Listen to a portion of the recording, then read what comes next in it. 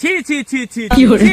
মুন্ডকৰ মোৰ লাষ্ট লাগি আছে এনেকা লাষ্ট লাগি আছে এই যাদৱ বৰা বলা ব্যক্তিজনে নিষ্পুত্ৰ বোৱাৰীৰ লগত কুকৰ্ম কৰিলে আপুনি চাবনি ভিডিঅটো চাক পোন প্ৰথমে আপোনালোকে ভিডিঅটো চাই লওক এই যাদৱ বৰা নামৰ ব্যক্তিজনে নিষ্পুত্ৰ বোৱাৰীৰ লগত কুকৰ্ম কৰিলে আপোনালোকে ভিডিঅটো চাই লওক তাৰ পিছত মই মন্তব্য কৰি আছো পোন প্ৰথমে আপোনালোকে ভিডিঅটো চাই লওক 10টা বজাত বিছনালৈ আহিছো বিছনাত মই পৰিছো আৰু মোৰ চিলিমিলিকে টোপনি আহিছে অকমান তেনেকুৱাতে তেওঁ ঘপকেনে গৈ ধৰিলেগে নহয় গাত ধৰি মই বোলো কি কয় বোলো আপুনি বোলো সেইটো বুলি ক'লো তাৰপিছত কৈছে হেনো সেই বোলে মনে থাক বোলে মই ক'লে বোলে তোক বোলে কাটি পেলাম সত্যৰঞ্জন নাগৰীয়া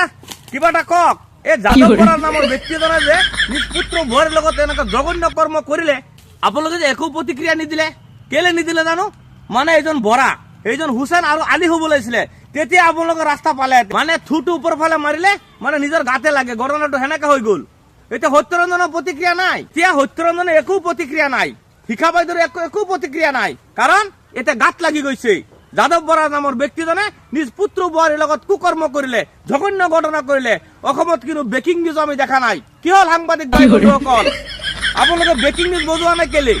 এই যাদৱ বৰা নামৰ ব্যক্তিজনে যে এই নিজ পুত্ৰ বোৱাৰীৰ লগত এনেকা জঘন্য কৰ্ম কৰিলে আপোনালোকে ব্ৰেকিং নিউজ বজোৱা নাই কাৰণ সেইজন বৰা সেইজন ইছলাম আলী হ'ব লাগিছিলে তেতিয়া অসমত দল সংগঠন গঢ় দি উঠিলেহেঁতেন